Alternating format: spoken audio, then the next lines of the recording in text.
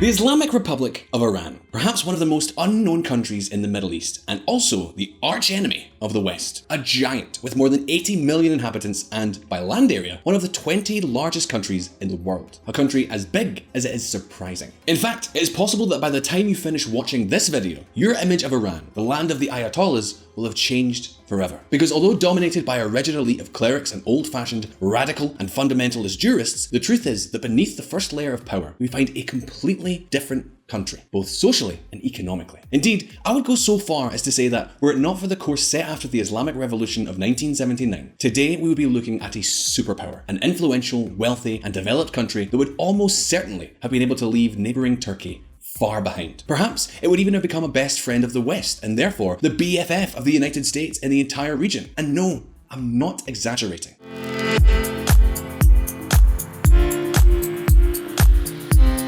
In 1977, the last, let's call it, normal year before the Islamic Revolution, the Iranian economy was 26% larger than Turkey's, 65% larger than South Korea's, and 5.5 times, which means 550% larger than that of Vietnam's. During the 60s and the 70s, the country experienced a great economic boom. It surpassed Saudi Arabia as an oil exporter, attracted numerous investments and a lot of immigration, even from Europe. It became the first industrial power in the Middle East. Its economy diversified, and the government even started the development of a whole network of nuclear power plants to supply the country with energy. Today, however, the tables have turned. Very much so. Approximately 40 years after the Islamic Revolution, the South Korean economy is 4 times larger and the Turkish economy almost twice as large. Even in per capita terms, the Vietnamese economy is already on par with Iran's.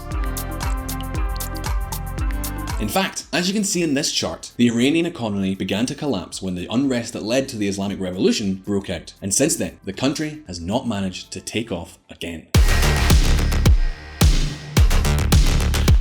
And yes, things in the Shah's era were not splendid for anyone, especially in terms of freedom of speech. But certainly, what came after was much, much worse. So, why was this the case? And what exactly happened to suddenly bring the Iranian economy to a screeching halt? Well, you see, the Islamic Revolution was accompanied by profound economic reform that wiped out a good part of the country's existing private sector. Back in the time of the Shah, who was, by the way, a lousy manager, the state had a lot of influence and the model was very cooperative. But still, there was a nascent and thriving entrepreneurial and industrial class that was emerging. But, of course, the revolution was aimed at, among other things, getting rid of everything that smacked of the former regime. So it was obvious that something drastic had to be done. That something turned out to be massive nationalizations and expropriations. These operations were carried out by the new regime of the Ayatollahs as a way of punishing anyone who had done business with the Shah or his inner circle, resulting in a massive flight of capital and business projects. A process that was reinforced by the bloody war that broke out on the 22nd of September 1980 between the secular Iraq of Saddam Hussein and the new religious Iran of the Ayatollahs. Quite simply, Iran's fledgling entrepreneurial class was forced to leave the country and seek a better future elsewhere. And no, in 40 years of Islamist rule, Iran has not yet succeeded in creating a new business and entrepreneurial class. It should also be taken into account that since the rise to power of the Ayatollahs, Iran has been the subject of economic sanctions by the United States, sanctions that have increased in recent times due to Iran's nuclear program. Not to mention legal security. Let's see who dares to invest where there is no security other than the opinion of the Ayatollahs and the Revolutionary Guards. It certainly doesn't seem like the best idea in the world to depend on those angry-faced lords who live in the Middle Ages. Well, all of this, as you can imagine, not only greatly limits access to international markets, but also makes foreign direct investments very scarce in relation to the economic and demographic size of the country, as well as with respect to the natural resources that Iran has.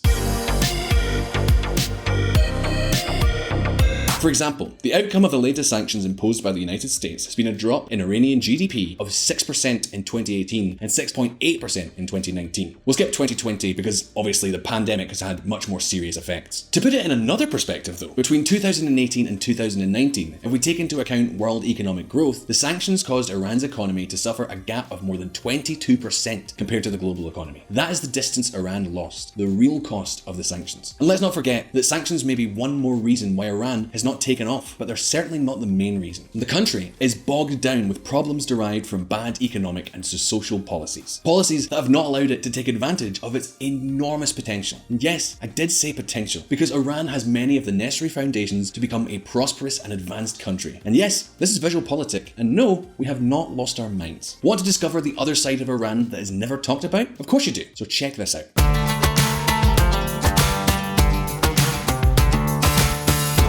A rarity in the Middle East.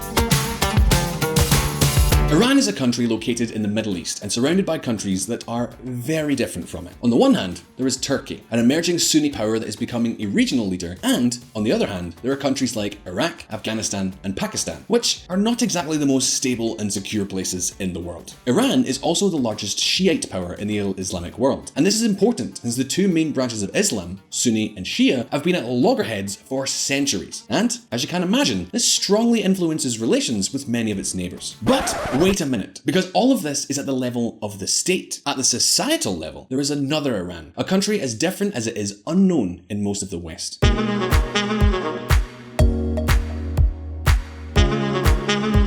Although it may be hard to believe at first glance, the Islamic Republic of Iran, a republic that imposes lethal punishments on homosexuals and women who have extramarital sex, is a fundamentally secular and relatively modern society, a far cry from countries like Saudi Arabia. And not only that, it is also a fairly well-educated society, with access to relatively good education and literacy levels well above the average for the region. 90% of adults can read and write compared to 80% for the regional average. But that is not the most striking thing. The most surprising thing is that in terms of education, the percentage of the population with university degrees is surprisingly high for the economic status of the country. To give you an idea, every year, about 4.5 million Iranians study at university, almost 8% of the entire adult population, a percentage equivalent to that of most developed countries.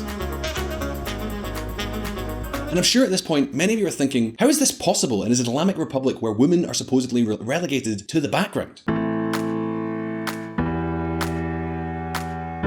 Well, in this case, and I insist, in this specific case, that is nothing more than a stereotype. The truth is that among those who enter university, Iranian women and men are on par. Women are even slightly ahead. The problem comes once they want to work, as the employment rate of college-educated women is much lower than that of men because of a huge set of discriminatory laws and regulations. To give you an idea, the IMF estimates that if all Iranian women were economically active at the same level as men, the country's GDP would soar by more than 40%. Similarly, Iran is also one of the countries with the highest rate of highly skilled unemployed. Of course, since there are so many people with tertiary education and so many economic problems and lack of investment, it's not so easy to find a job. This explains why between 20 to 45% of Iranians with higher education, depending on whether we use the official statistics or market estimates, do not manage to find a job. So in the end, many of them end up emigrating. This represents another important opportunity cost, some $50 billion a year, according to the World Bank. But wait a moment, because we can still come up with more oddities. For example, and now we're getting into economic issues, despite being one of the countries with the largest oil and gas reserves in the world, and also being a major producer, Iran's economy, unlike that of its neighbours in the Persian Gulf, is not highly dependent on oil revenues. In other words, the situation is different from that of Saudi Arabia or Kuwait, countries where, as soon as the price of crude oil drops, they set off all the alarms and prepare for a new crisis.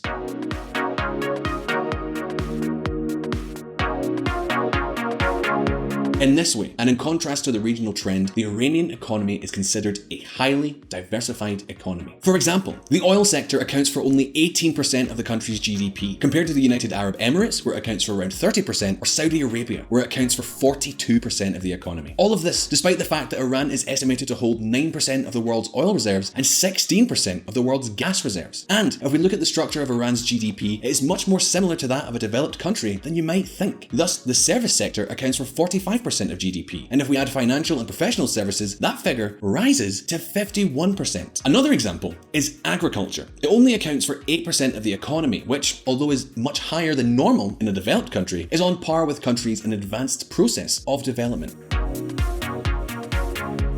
Then, something that many of you probably do not know is that Iran, in addition to oil and gas, is a country very, very rich in minerals and metals. In fact, the country has one of the world's largest reserves of minerals such as feldspar, barite, gypsum, fluorite, and iron, as well as strategic minerals such as copper, manganese, zinc, chrome, and gold. And pay close attention to this fact. It is estimated that approximately 5%, 5% of all the world's metal reserves are located in Iran. Of course, the vast majority of them are untapped due to lack of investment and capacity. But having reached this point, let's pause and recap. We find ourselves in a country tremendously rich in natural resources, with a privileged location, a diversified economy, and a young population, relatively secular by regional standards, and very well educated. In other words, we have almost all the basic ingredients necessary for the Republic of Iran to not only be a developed country, but also a prosperous and wealthy one. However, that's not the reality. Ruled by an elite that behaves despotically and detests anything that smacks of the West, Iran ranks as the 100th country in the world by GDP per capita. In other words, despite all its resources, it's on par with countries such as Jamaica, Namibia, and Guyana. But stop. How about if we forget, just for a moment, that the country is run by monsters, and think about what an Iran with a modern political system would be like? What could such a country be like? Why is it that every time something seems to change, investors and large multinationals get excited about this country and their mouths start to water? Well, check this out. The great untapped potential. Perhaps the area where we can best visualize Iran's problems in harnessing its potential is in the field of natural gas. Iran has the second largest proven gas reserves in the world, behind only Russia and ahead of Qatar. However, despite this, its market share in world natural gas exports is barely 1%. Let's take a look at neighbouring Qatar, for example. A country of barely 300,000 inhabitants whose surface area is 143 times smaller than Iran's. Well, Qatar expects to earn nearly $50 billion a year from the sale of hydrocarbons, especially natural gas, in a very short period of time, thanks to the investments it's making. This alone is equivalent to practically all of Iran's annual exports, and we're pretty much only talking about gas. So, if Iran were to make an economic transition capable of attracting sufficient investment, their annual revenues from the export of oil, gas, and mineral resources alone could exceed $250 billion per year in a few years, not to mention the enormous amount of capital and investment that would flood into the country. In a relatively short time, perhaps a decade, Iran could multiply its export figures prior to the latest round of US sanctions by more than 4 times. And that, my friends, is not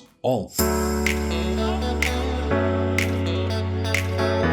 Even in terms of renewable energy exploitation, this country is in an optimal condition. Not only because 75% of the country is considered suitable for electricity generation from solar farms, but also because Iran is located in a wind belt where wind speeds at 40 meters above sea level exceed 5 meters per second on average in at least 25% of the country, which also makes it suitable for the exploitation of wind energy.